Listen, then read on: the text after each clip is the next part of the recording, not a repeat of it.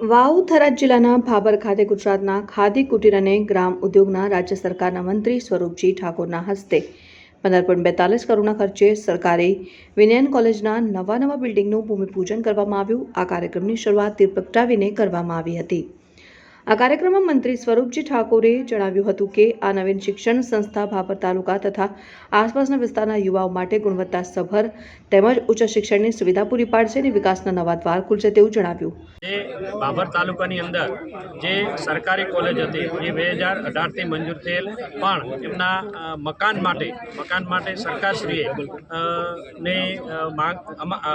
અહીંની રજૂઆતની માગણી છે સરકાર સુધી પહોંચાડી અને સરકારે આ વિસ્તાર માટે આજે નવીન મકાનની મંજૂરી આપી છે અને એનું આજે ખાતમુહૂર્ત હતું અને ખાતમુહૂર્ત કરી અને આ વિસ્તારને આ નવું મકાન 12 મહિનાની અંદર પૂર્ણ થઈ અને લોકોને શિક્ષણ માટે ઉપયોગી થઈ રહે એના માટે આજ કોલેજનું મકાનનું ખાતમુહૂર્ત કર્યું છે અને સૌ સાથે મળી અને આ વિસ્તારના લોકોએ આજે ઉમળકાભેર આનું ખાતમુહૂર્ત કરી અને આજથી આ કામનું શરૂઆત કરી છે। ગોકલાણી, જિલ્લો વાવ થરાદ।